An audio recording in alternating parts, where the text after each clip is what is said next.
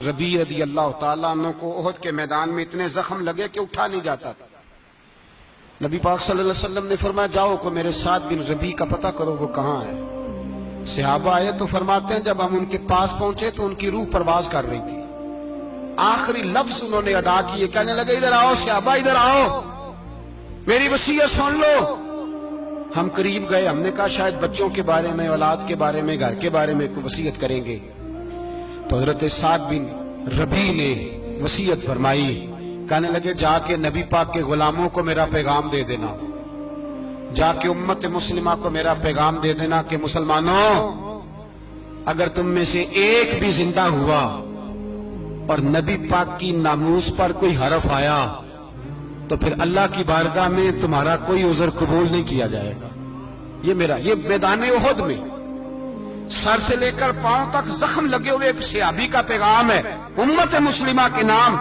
حضرت سعد بن ربی رضی اللہ تعالیٰ عنہ فرمانے لگے میں مرتے وقت مسلمانوں کو پیغام دے کے جا رہا ہوں کہ اگر حضور کی عزت پر، ناموس پر، نبی پاک صلی اللہ علیہ وسلم کی ذات پر ذرا سا بھی حرف آیا اور مسلمان زندہ ہوئے اور پھر اگر وہ سمجھیں کہ ہمیں اللہ کی بارگاہ سے معافی مل جائے گی تو یاد رکھنا رب ہر بات معاف کرے گا، اس بات میں تمہیں اللہ معافی، اس میں تمہیں یہ پیغام دیا سعد بن ربی نے اور امت کو سمجھایا کہ ہر بات میں کمپرومائز کر لینا، رسول اللہ کی ذات کے بارے میں کمپرومائز نہ کرنا۔ جب سے مرزائیوں کو ان سپر کافروں کو اقلیت قرار دیا گیا ہے، اس کے بعد کسی مرزائی کی عبادت گاہ جلائی ہے مسلمانوں نے؟ بولے کبھی کسی مرزائی کے ساتھ مسلمانوں نے کوئی ظلم کیا ہے؟ بعد میں ٹھیک ہے اپنی عبادت کر رہے ہیں جس طرح بھی کر رہے ہیں، باقی اقلیتیں بھی رہیں۔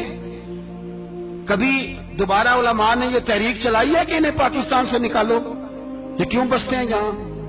اقلیت ہے تو رہنے دو، جو بے ایمان ہے کافر ہے اسے گھسیٹ کے دین میں کیوں لاتے ہو؟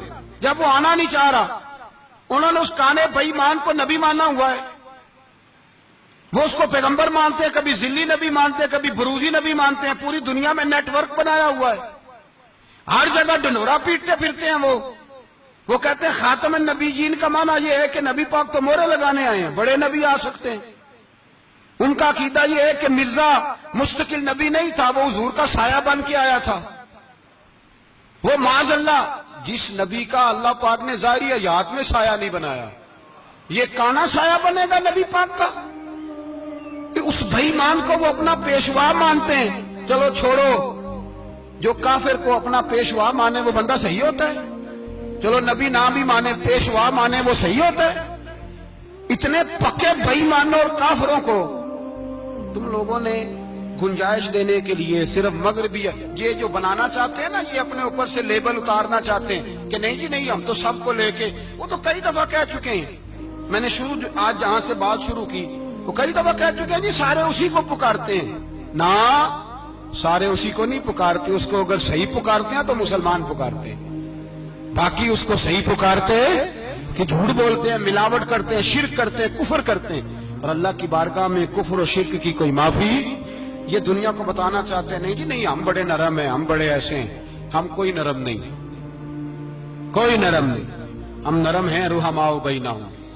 لیکن اگر عقیدوں کو چھیڑو گے، رسول اللہ کی عزت اور ناموس اور ختم نبوت کو چھیڑو گے تو اقبال کہتے ہیں ہم بڑے نرم ہیں، اتنے نرم ہیں جیسے ریشم ہوتا ہے، وہ ہلکا ہے یاراں تو بریشم کی طرح نرم، اور رزم حق و باطل ہو تو فولاد ہے مومن۔ پھر ہم نرم نہیں، پھر ہمارے اندر بڑی سختی ہے، بڑی سختی۔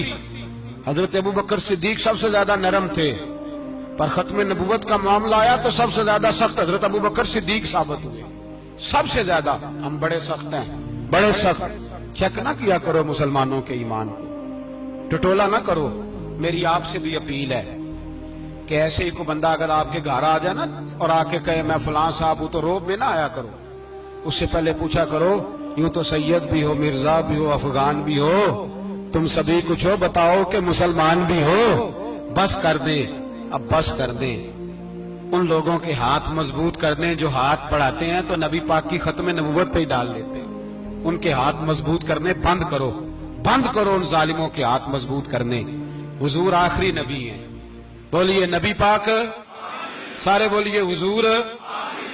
حضور کے بعد جو کسی اور کو نبی مانے وہ کل بھی کافر تھا، آج بھی قیامت تک وہ. جو اس کے کفر میں شک کرے وہ بھی، جو مرزائی قادیانی کے کفر میں شک کرے وہ بھی کافر ہے. مر جائے تو مسلمانوں کے اس قبرستان میں اس کا دفن ہونا جائز ہے، مسلمان کا اس کے لیے تعزیت کرنا جائز ہے، مسلمان کا اس کے حق میں نرمی پیدا کرنا جائز ہے.